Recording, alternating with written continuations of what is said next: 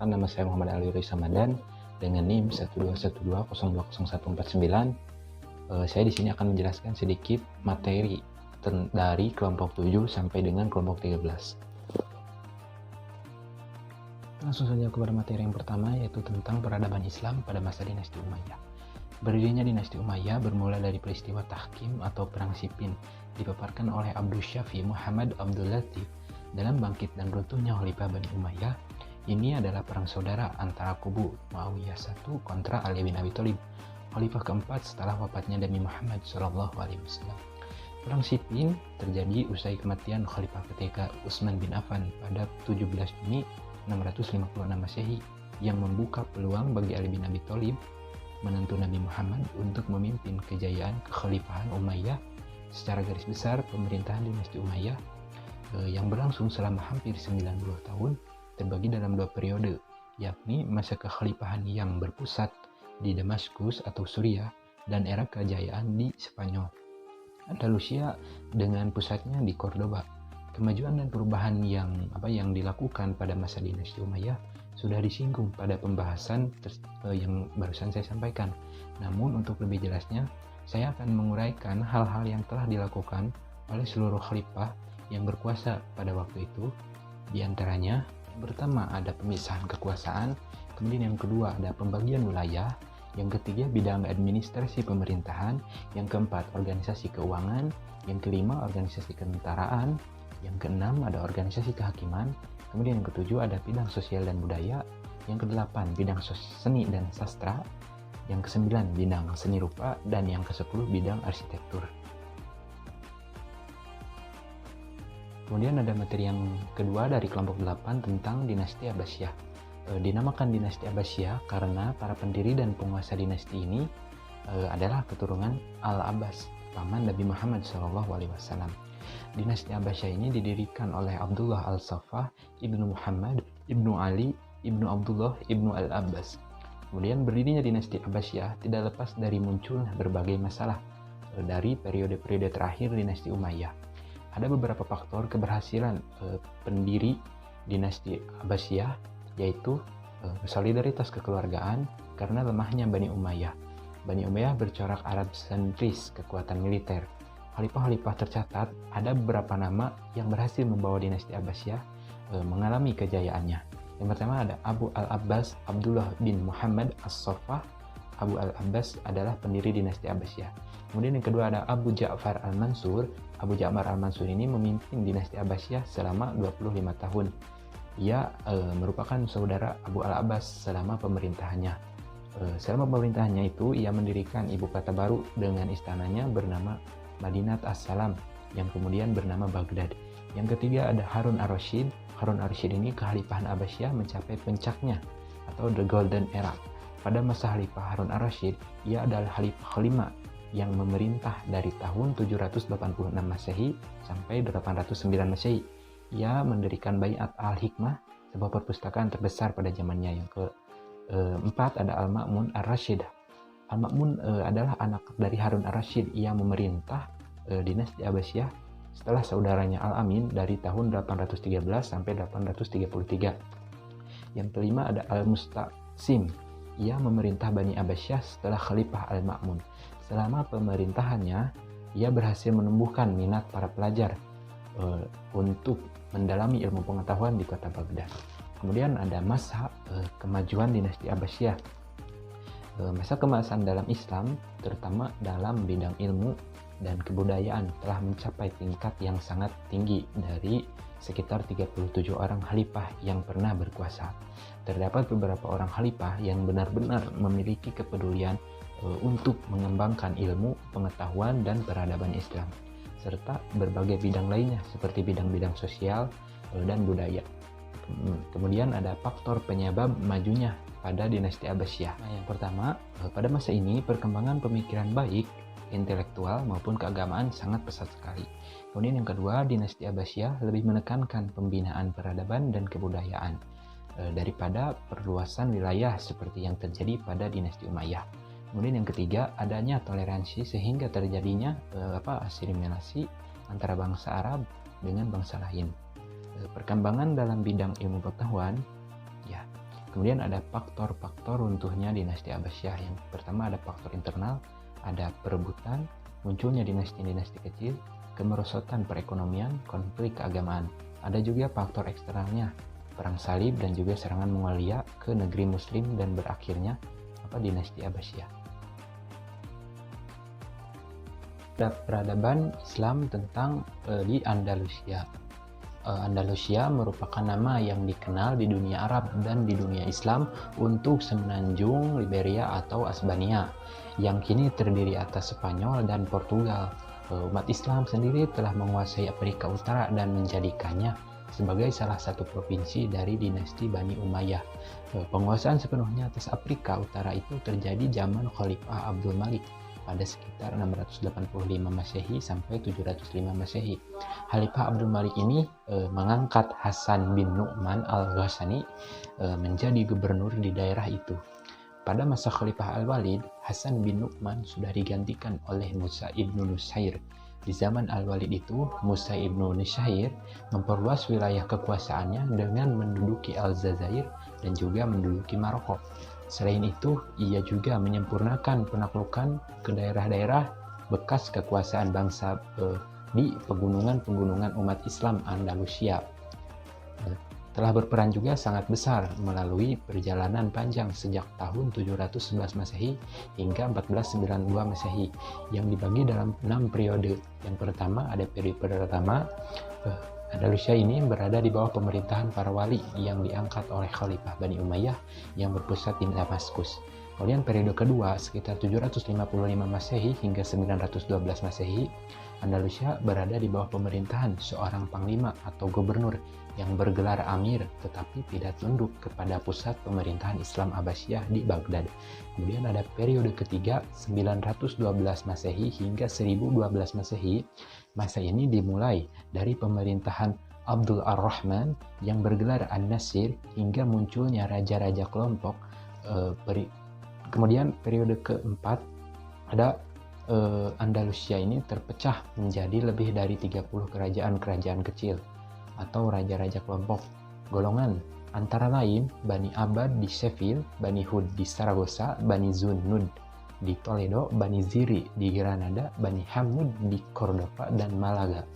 Kemudian periode kelima sekitar tahun 1086 hingga 1248 Masehi. Andalusia berada dalam kekuasaan dinasti Murabitun dan dinasti Muwahhidun.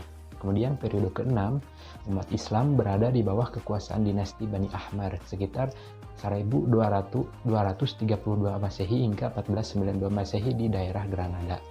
Pada masa kekuasaan Islam di Spanyol, umat Islam ini telah mencapai kejayaannya.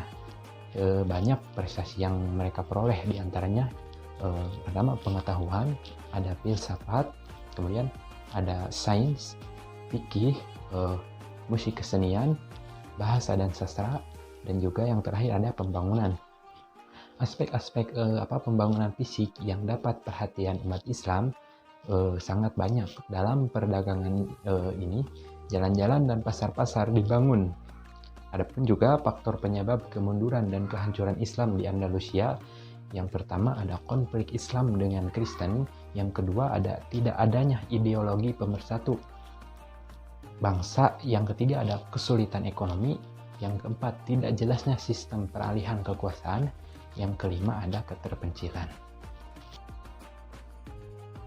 Selanjutnya ada materi dari kelompok 10 tentang peradaban Islam di dinasti-dinasti kecil. Faktor-faktor yang mempengaruhi munculnya dinasti-dinasti kecil disebabkan berbagai hal yang terjadi di pusat pemerintahan Bani Abbasiyah. Bani Abbasiyah memberikan pengaruh besar terhadap daerah kekuasaan daulah ini. Karena pemerintahan khalifah yang lemah, banyak muncul pemberontakan di berbagai daerah yang ingin membentuk dinasti-dinasti kecil yang melepaskan diri dari Bani Abbasiyah.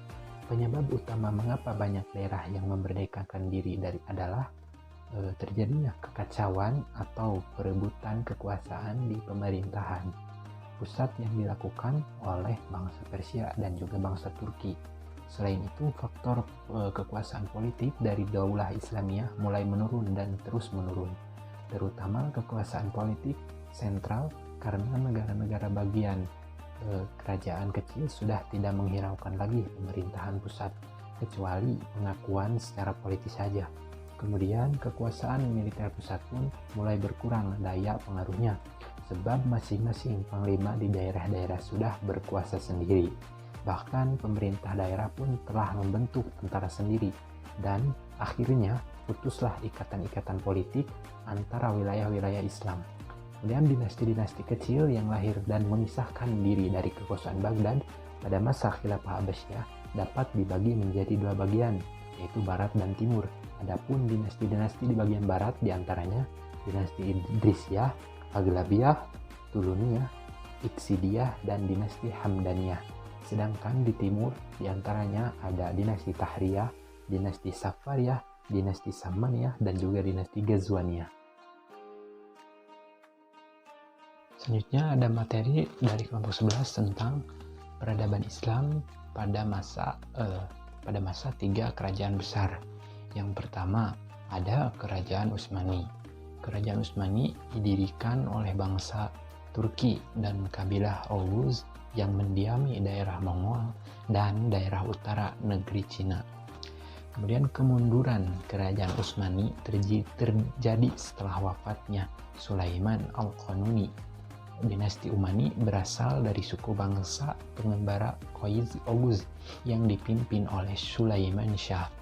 Dia mengajak anggota sukunya untuk menghindari serbuan bangsa Monggol yang menyerang dunia Islam yang berada di bawah kekuasaan dinasti Khawarizmi pada tahun 1912 hingga 1220 Masehi. Pada saat bangsa Mongol sebelum masuk Islam dan orang Kristen ingin menghapus Islam dari muka bumi, orang Turki Utsmani muncul sebagai pembela dan pelindung Islam. Bahkan mereka juga pembawa panji-panji Islam sampai ke daratan Eropa. Kemudian faktor kemajuan Kerajaan Utsmani diantaranya pengelolaan pemerintahan yang baik, keadaan perekonomian yang baik, penguasaan ilmu pengetahuan dan budaya, militer yang kuat dan gencar melakukan ekspansi. Kemudian runtuhnya khilafah Turki Utsmani sejak tahun 1920 Masehi, Mustafa Kemal Pasha menjadikan Ankara sebagai pusat aktivitas politiknya. Setelah menguasai Istanbul, Inggris menciptakan kevakuman politik dengan menawan banyak pejabat negara dan menutup kantor-kantor dengan paksa, sehingga bantuan khalifah dan pemerintahannya pun mandek. Kemudian yang kedua ada Kerajaan Safawi di Persia. Dinasti Safawiyah di Persia berdiri sejak tahun 1502 Masehi hingga 1722 Masehi. Dinasti Safawiyah merupakan kerajaan Islam di Persia yang terhitung besar. Awalnya kerajaan berasal dari sebuah gerakan tarekat yang berdiri di Ardabil, sebuah kota di Azerbaijan. Kemudian peradaban dinasti Safawiyah tidak hanya terbatas dalam bidang politik, tetapi kemajuan dalam bidang yang diantaranya bidang arsitektur, bidang ekonomi, bidang ilmu pengetahuan, bidang kesenian. Kemudian setelah Abbas I, dinasti Safawiyah mengalami kemunduran. Sulaiman, pengganti Abbas, melakukan penindasan dan pemerasan terhadap ulama Sunni dan memaksakan ajaran Syiah kepada mereka. Penindasan ini semakin parah terjadi pada zaman Sultan Hussein, pengganti Sulaiman. Kemudian kerajaan yang ketiga ada Kerajaan Mughal. Sejarah berdirinya Kerajaan Mughal, dinasti Mughal ini berdiri pada tahun 1526 Masehi, dipimpin oleh Raja Dohir Aldin Muhammad Banir atau lebih dikenal dengan sebutan Raja Babur. Kemudian kemajuan Kerajaan Mughal ini berada di beberapa bidang, di antaranya bidang politik dan militer, bidang ekonomi, bidang seni, dan juga bidang ilmu pengetahuan. Ada juga beberapa faktor yang menyebabkan kekuasaan dinasti Mughal itu mundur pada 1,5 abad terakhir dan membawa kepada kehancurannya pada tahun 1858 Masehi, yaitu terjadi stagnasi dalam pembinaan kekuatan sehingga operasi militer Inggris di wilayah-wilayah pantai tidak dapat segera dipantau oleh kekuatan maritim Mughal. kemerosotan moral dan hidup mewah di kalangan elit politik yang mengakibatkan pemborosan dalam penggunaan uang negara.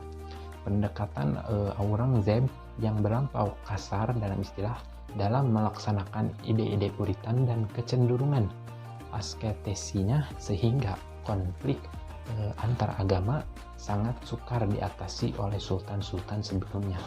Semua perawis tahta kerajaan pada paruh terakhir adalah orang-orang lemah dalam bidang kepemimpinan. Kemudian materi selanjutnya sejarah perkembangan Islam pada abad 19, 20, dan 21. Abad 19 merupakan abad kemajuan kolonialisme Barat yang melanda hampir di semua belahan dunia Islam. Penetrasi kolonial Barat yang melibatkan banyak negara Eropa berkembang sangat pesat. Dunia Islam ini tidak hanya dipecah-pecah, namun juga menjadi bangsa politik dan bangsa ekonomi. Kemudian awal abad ke-20, umat Islam berusaha bangkit untuk membebaskan dirinya dari penjajahan Barat.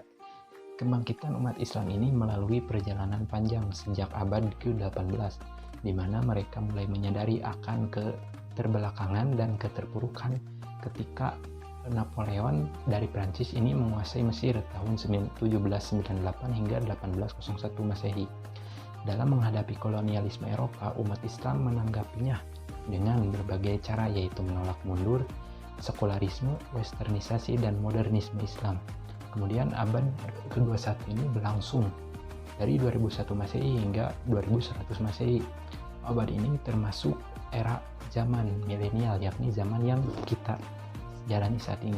Agama Islam seiring berjalannya waktu pasti mengalami perubahan dan pembaharuan. Dalam Islam ini disebabkan dua faktor. Yang pertama, faktor internal berupa keadaan moral para pemeluknya yang mengalami penurunan. Kemudian faktor eksternalnya berupa kolonialisme Barat yang menantang intelektualisme para pemikir Muslim. Selanjutnya materi yang terakhir yaitu tentang Islam di Indonesia.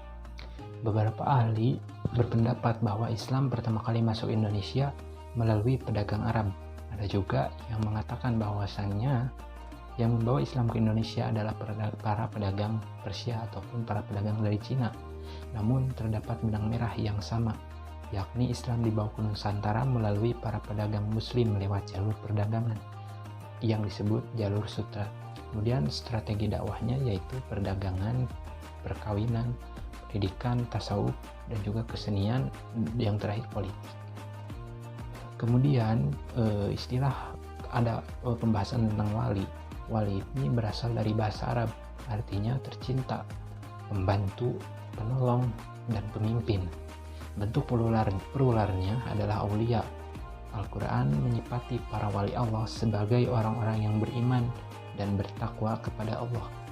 Adapun nama-nama wali songo diantaranya Sunan Gresik yaitu Syekh Maulana Malik Ibrahim, kemudian Sunan Ampel Raden Rahmat, kemudian Sunan Bonang Raden Makdum Ibrahim, kemudian Sunan Giri, Sunan Derajat, Sunan Kalijaga, Sunan Kudus atau bisa disebut Ja'far Shadiq, kemudian Sunan Gunung Jati, yang terakhir ada Sunan Muria atau Raden Umar Said. Kemudian ada kerajaan-kerajaan Islam di Indonesia.